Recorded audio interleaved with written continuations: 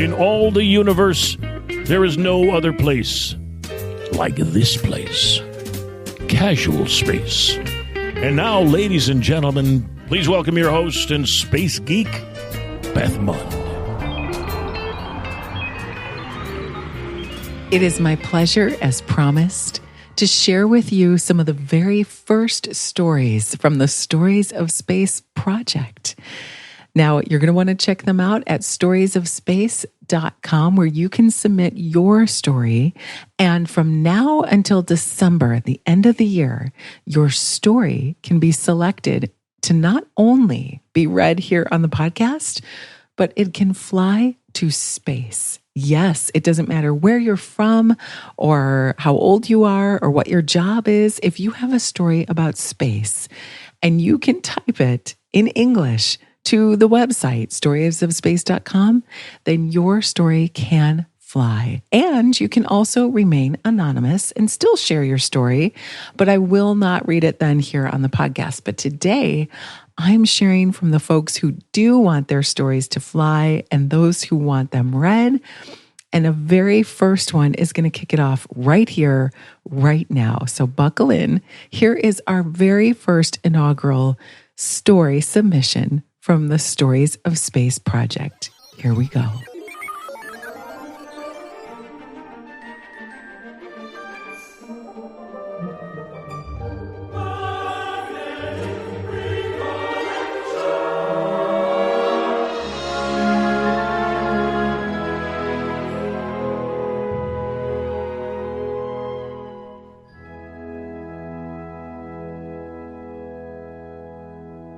A girl with a dream. There once was a girl who loved all ideas of space. She loved the stars, rockets, planets, galaxies, universes, and really anything there was to it. When she grew up, she knew that all she wanted to do was explore space and travel from her home, planet PA 99N2, the planet of flowers. In 3022, though, when she was 11 years old, an intergalactic war broke out that changed her entire idea of the universe, and she soon aspired to help end it. This is the story of Andromeda Wright. As I grew, I learned to love the stars. In school, we learned that the first humans were from a planet called Earth. And the people somehow learned so much about their stars that they came here to what is now my star, PA 99N2. And I wanted to be like the Earth people. I wanted to learn so much that I could change the world's thinking of stars forever. Just 3 years later, the war started. The people from the planet of fire started stealing from the planet of snow. The planet of flowers was directly in the middle of the fight, and their planet was different. They used other planets' power to help grow their flowers. So when the other planets started fighting, they were a prime suspect as to who could be helping them with the crimes. At first, I just thought that this was not my war and that I couldn't do anything. But after the war had gone on for a year, I started getting tired of it. All the battling and fire and pain. For what? Everything I had thought before came back to me. I went to my bedroom and started piecing things together.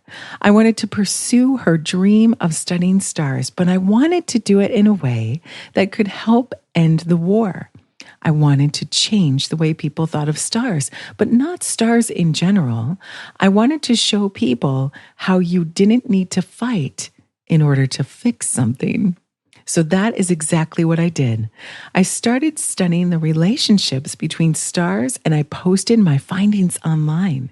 And that was just the beginning. Then I started adding the science I already knew and how some decisions just made sense with it. A couple of years later, other people started catching on to the pattern of the fight and finally talked it out. Maybe I'm only 15 now. My 15-year-old girl can't end a war on her own. A 15-year-old girl can definitely help. And fighting doesn't help anyone in this world. We just need to have civilized talks, and we need to see the other side of things. That's what I wanted to help do. I think I did pretty well. And there it is, folks. I hope you loved that first story submission.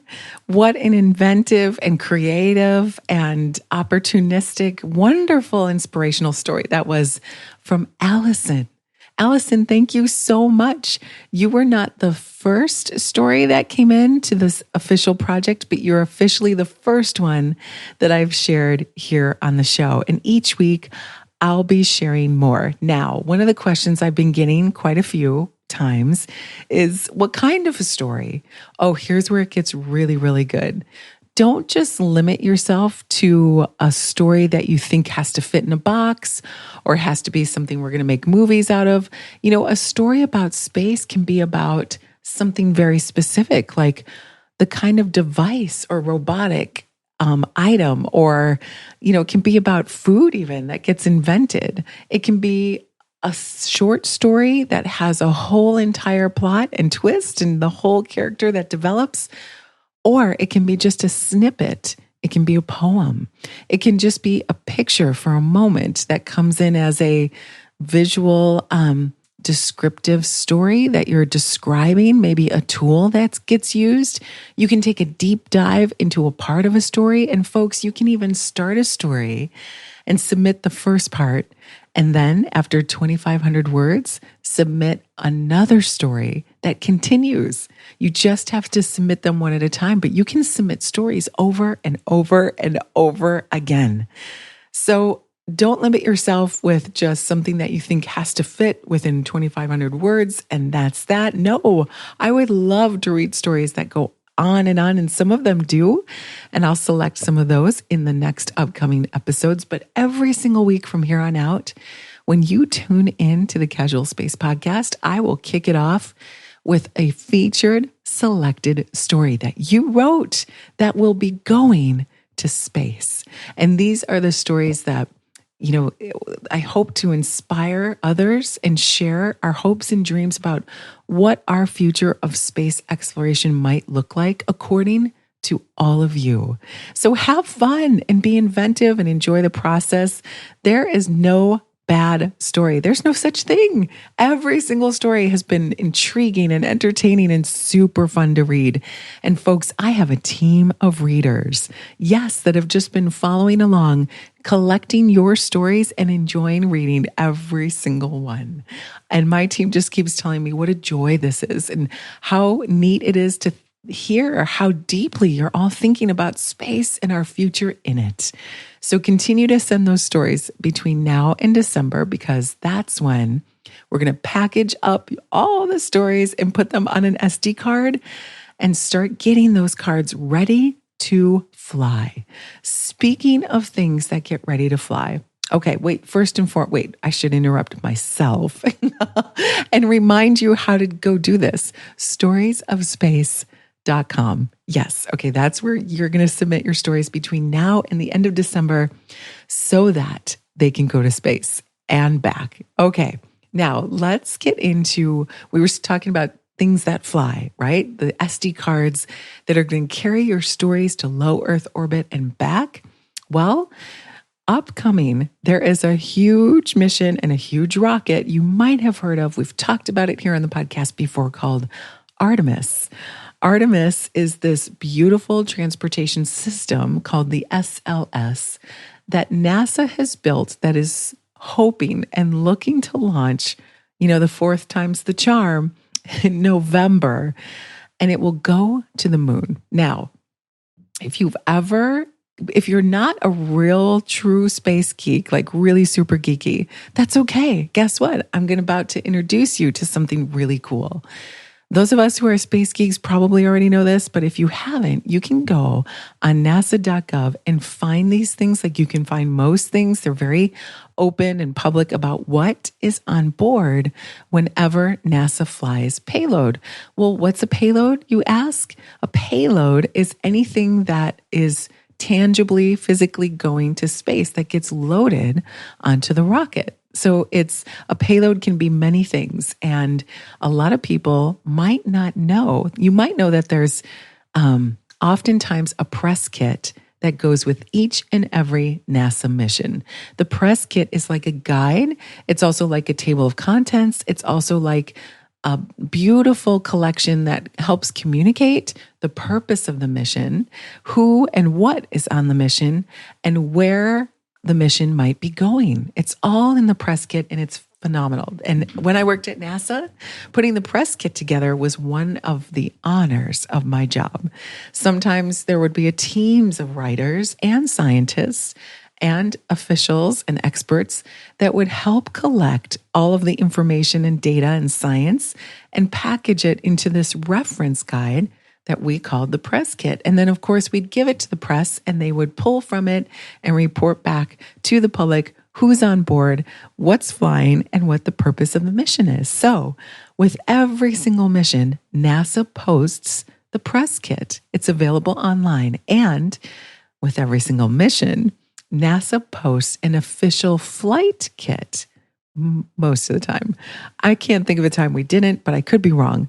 Now, Artemis has an official flight kit, and you can check it out. I'll put it in the show notes, but you can just go to nasa.gov and then look up Artemis official flight kit. But the reason I'm telling you this, there is a reason, is that there's some pretty interesting things within the flight kit. There's 3 pages that go on, and they tell you exactly what's on board the flight kit and how many there are. So let me read you a few items that will officially fly to the moon on Artemis that you can look on as well at nasa.gov. Here we go. There's a USB drive. There's 245 silver Snoopy pins. There's 100 logo patches. There's there's a bag of metal shavings from the mobile launcher. There's Space Launch System pins. There's 200 of those. There's program flags from SLS, which we call Space Launch System. There's 500 of those. Now remember, 500 sounds like a lot, but these are flags, so they fold down and flatten quite nicely. And usually the air is taken out of them. Have you ever packed for a trip and you've gotten those great bags that I usually sit on them or I lean into them and I get all the air out. Folks, that's the only way I got all my stuff in my suitcase to go to my analog in Poland. That was the only way that was going to work, is I got those bags. And then I literally stuffed all my clothes into these bags. And then you push them down real hard or sit on them. And, it's like vacuums out all the air, takes out all the air, and everything you had becomes very, very condensed and a lot smaller and takes up a lot less space. Well, NASA knows how to do this perfectly. So these sound like a lot of patches and pins, but really they can be taken down into quite a small area. 200 Orion program patches. It says various NASA pins for 100 Artemis 1 mission pins, patches, stickers. Oh, I love this. 1 Snoopy 0G indicator. That's a zero gravity indicator. That's going to be a Snoopy. I'm going to think that that's a plush toy Snoopy that will be somewhere inside Artemis. So that's exciting. And then let's check this out. Patches and name tag on Commander Moonikin Campos. Yep, Moonikin Campos is one of the flight payloads, and they get their name tag here. Okay, what else is in here? Check this out. A Artemis program rubber stamp, a quote written by Dr. Maria Zuber. Want to look that up.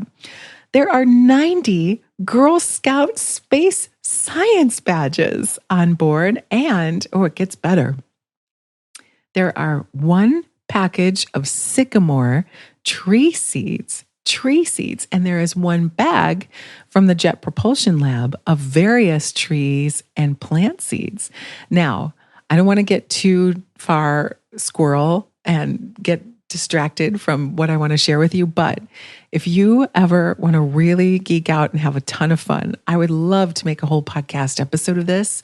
Look up moon trees, NASA's moon trees. It's a whole nother rabbit hole of very interesting facts. It's a program, and these trees have gone all over the world since the Apollo seeds were flown. But that's another story for another podcast. On board, there's also flags from the Marines. There's flags from the U.S., from the Navy. There's some other flags from KSC. There's Apollo members in Orion faculty photo. I don't know what that is. There's one photo. So even if there's just a photo, it's labeled and it is included in the official flight kit. There's some more pins that have descriptions. Oh, Artemis program patches. There's 15 of those. U.S. flags. There's 125 of those. Various tree seeds from Boeing. There's one bag of that.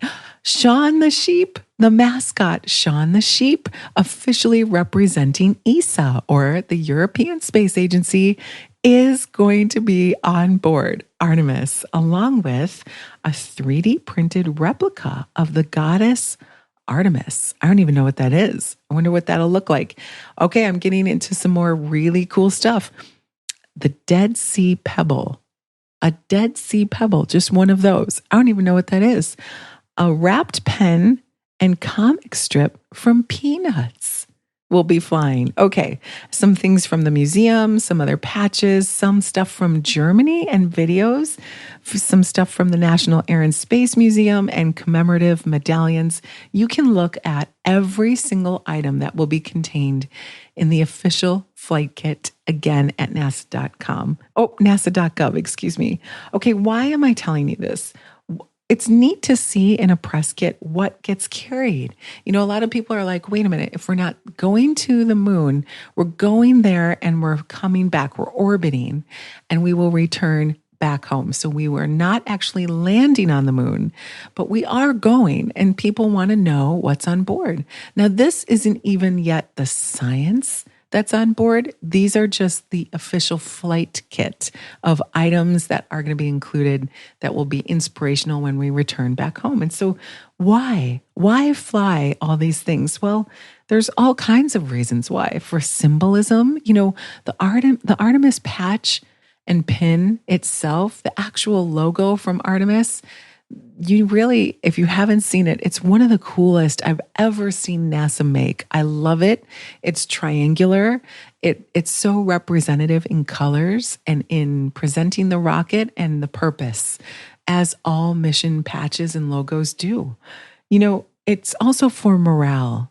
And a mission and press kit like this, official flight kit, helps, you know, when you give these items back, they're usually awarded to, you know, top performers or special people or folks who really made a significant contribution in some way to the mission or to allowing the mission to be successful.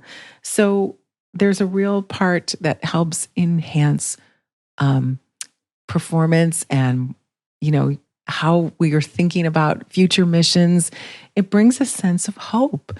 And knowing that something went all the way to the moon and back that you can hold in your hand or point to or reference, it's pretty hopeful. If we can't go ourselves, but something we can hold did go, that's incredible. And it really helps get you thinking future forward, right? And then it's reflective. It's a milestone. There's a reason they call it a memento. It's a tangible something that you can carry or hold or see or observe that represents something, that did something. And so I want to talk a little bit about this because anyone who's ever, think about the very first explorers who left their village or left their country or left the place in which they're from, and they brought their familiar items, and they might not have had any significant meaning except to survive. Like maybe they brought food, maybe they brought things for clothing or shelter and left just to go explore. And those things can easily become mementos or representative things from back home where you're from. And then when we started really exploring and meeting other people from other places or going to places that were unfamiliar or undiscovered for the first time, what did we do?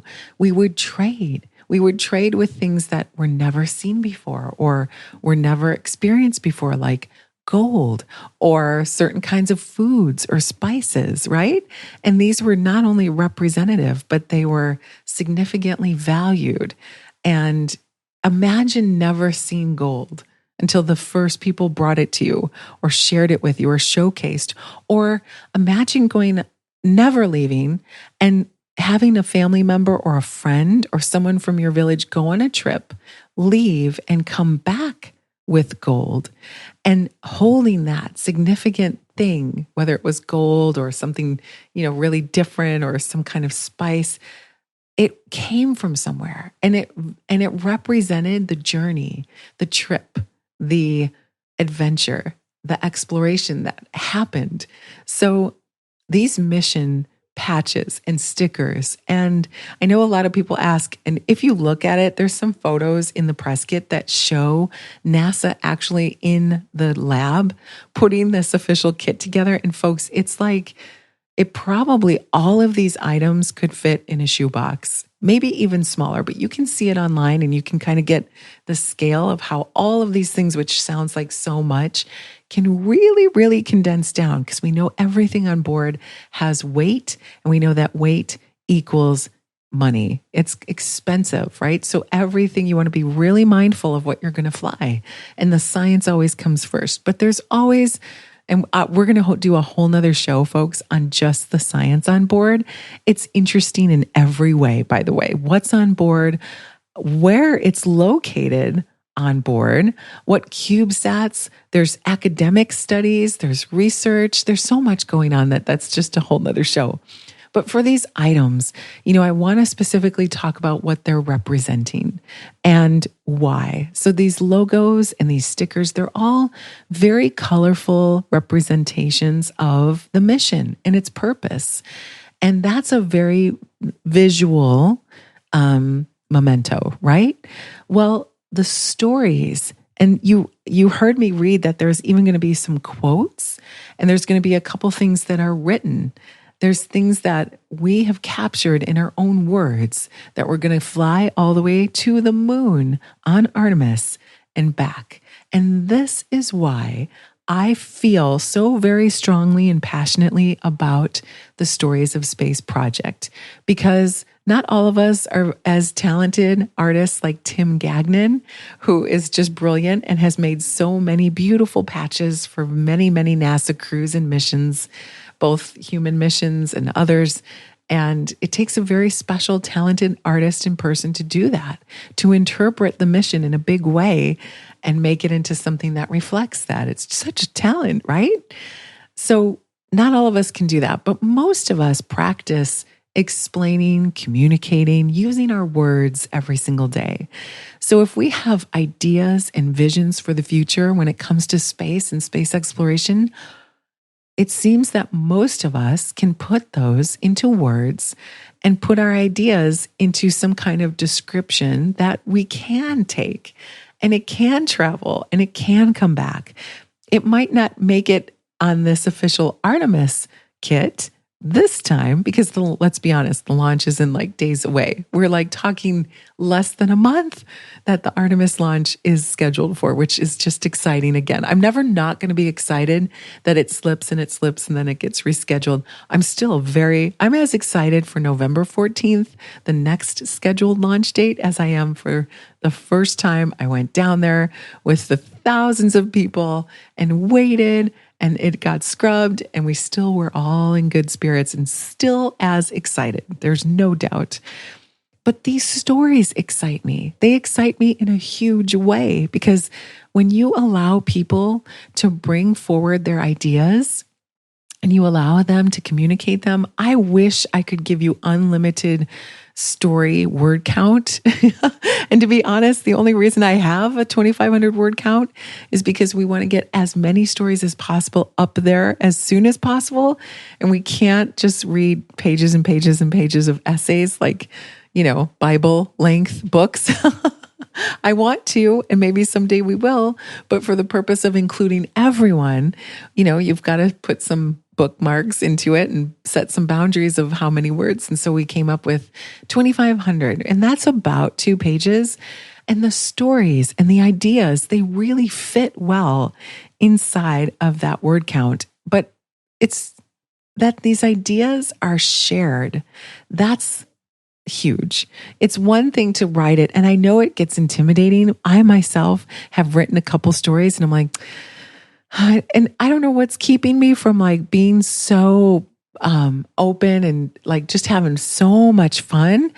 I think I'm just forever going to be that polished journalistic background where I, want to make sure everything makes sense, that my structure is there, that there's a formality to it. It's hard for me to break from that and get into creative writing. It's really hard. And hey, folks, don't judge, because for some of you, I've read your essays. You equally have a hard time. I have a couple of friends who sent me their essays, and they weren't essays at all. They weren't stories. They were bulleted lists of of all the places that they've seen space represented that they've traveled to, like the museums and the events, which is so cool. And they're like, that's it. That's our story. And it's a great, perfect story. It's different and it's totally awesome. I love that their adventures are going to fly to space. Like their adventures about space here on Earth as they go explore every single museum and opportunity have been captured in a list that's going to fly to space. It's kind of meta when you think about it, right? But folks, that's what it's all about. And so that's why I'm sharing, I think stories, there's a very powerful before, during, and after the stories. And those moments and that journey, I have been witnessing it over and over again with this project. So in a couple of weeks, I have my high school reunion. I'm not going to say which number, but it's big enough for the class to gather. Let's just say that. It's one of those big milestone reunions where the whole class is coming in for it. And I'm really looking forward to it. And, before you go to the reunion, there's stories. And before you go to high school, there's stories. And then during when you are in high school, the way that you won state in basketball, that's a very different story than after, like many years after. Like now, things get to be a little exaggerated. The people and the characters get a little larger than life, and the stories get really interesting after. Well, I'm seeing all of that here with this project as well. Before we had ever gone to space, stories looked very different. And then during our exploratory years as humans, in the last 50 years, look what we've done. Those 50 years, those stories are incredibly different than the very first stories by the very first science fiction writers, right? Carl Sagan and Ray Bradbury and some of the folks who were writing during and before that time, those stories look very different than the stories we're telling now and we're capturing about the 20 years we've been living off planet on the International Space Station. Very different. And then after, can you imagine, just like the story I started off the podcast with, that girl, that wonderful girl, Allison, put together a story where she's already thinking in the future. I forget what year it was, 3022. And she had this future forward whole perspective of where she was living, what she was doing, what she was solving. And she completely single-handedly ended the war. I love it. I mean, this is why these stories are so powerful. This is why I want to gather them and most importantly, send them to space. And they're going to come back. And even though those stories will technically live in the internet ether and, they'll be on a solid SD card and go there and come back, there's still something about that you can say, hey, my story has flown to space. That's also why next week I'm going to be sharing with you the winning essay that NASA selected for their contest that writes about Artemis. So students were asked to write about Artemis and going back to the moon. And one student in particular won, and their story will be also on board Artemis, traveling all the way there and back. There's something very powerful that connects us to our stories, our ideas, our inventions. They got to start somewhere.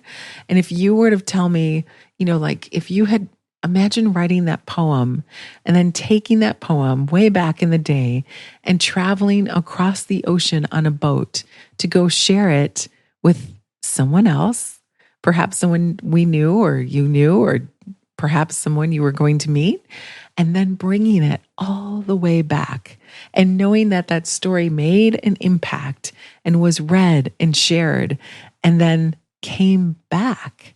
There's just something about that, right? And so that's what I'm looking to do with the project. But I can't do it alone, and I can't do it with just a handful of stories. I'm doing it with thousands, because this is unlimited. It's free. It's of no cost. It's simply a very powerful way to talk the talk and walk the walk when it comes to exploring space. And I say the tagline all the time. I'll say it here as we end the show tonight, that the question we're asking, can a story change the way we explore space? And when I read all of the stories being submitted so far, these stories, your stories, are changing my perspective. You're changing my mind on some things with politics. Some of these stories are very aggressive. Some are very opinionated. Some are very factual, and some are really fantasy stretched and really inventive. All of this can change the way I think about space. And if we are doing it just with me, imagine what we can do with our politicians, with our investors, with our world leaders. That is the purpose. One of many of the Stories of Space project is to just share our ideas and see where they go. And believing that, yes, a story, your story, can change the way that we explore space. So, looking back and wrapping up in summary, check out nasa.gov. Check out the press kit for Artemis. Enjoy reading that now, where you can learn so much more about the mission, about the rocket, about what's on board. I'll put in the show notes, the official flight kit link where you can read everything that's going inside of Artemis in the official kit. I'll also include a link to the science on board. Although we didn't talk about it here today on the show, it's super important. It's exciting, and we will talk about it in future episodes. So I'm kind of saving it, but you can always check it out. I'll include that link as well. And finally, write a story. Enjoy a story. Someone even asked me, can I put my resume in space and put this on the project? And I'm like, it's not really resumesofspace.com, although that's super cool. But if your resume is something that's like space bound because you want to work in the industry, put your resume into a story, into a narrative form. Tell me where you started working, where you fell in love with space, where you earned your skills, and how it all came to be. You can turn your resume into a narrative and fly that. And then technically you can tell people that your resume flew to space. That's fine. I'm not going to judge. But this is what it's all about. I don't even know the ways yet that stories will change the way we explore space. I don't even know. I'm excited to learn, and this journey's just beginning. So join me and do it soon so that I can select your story, feature it here on the episodes each week, and talk some more about the power of stories, and send it to space. All right, let's do it together. Thank you so much for listening to this episode. I know it's a solo one of me this week. Next week, I'm going to be sharing and showcasing another incredible story. But before then, make sure you enjoy the last couple episodes of the podcast. If you're not caught up, we have talked policy, we have talked symphony, we have talked companies, and now we're talking stories. Who knows what we're going to be talking about next week? Actually, I know. I know because it's the podcast and I'm the host. Okay, so tune in next week. Thank you so much for joining us this week. Send your stories, storiesofspace.com and nasa.gov, where you'll get all these links to so much more. We're going to the moon, folks, and we're doing it November 14th. All right, see you next week, right back here on Casual Space. The mission is successful. Our work here is done. If you haven't already geeked out enough, there's much more at casualspacepodcast.com. There's more on the Facebook page, Casual Space Podcast. Until we launch again, adieu from Beth Mund and Casual Space.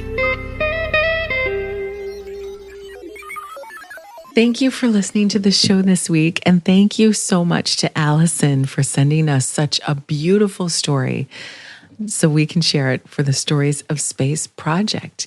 You can learn more at storiesofspace.com. And next week, I will be selecting another story to read right here. I want to thank, in the meantime, my producers, James and Paul. I want to thank Brandy for the music each and every week, and Amanda Lee Falkenberg for the beautiful music I'm still enjoying that we occasionally put into the show. If you hear symphonic music, that's Amanda Lee's Moon Symphony. Phenomenal. I want to thank my team, especially the Stories of Space team that are helping me manage and put together this incredible project. Bailey and Katie, thank you so much for your work. And I want to see you here next week. If you love the show and you want to learn more about the podcast, if you want to bring me in as a host for your space event, or if you want me to keynote or tell you all about the Stories of Space project in person, then reach out to me at Beth at casualspacepodcast.com, or you can find me online at bethmund.com and on all the social medias. All right, we'll see you here next week with another episode. Thanks, everyone.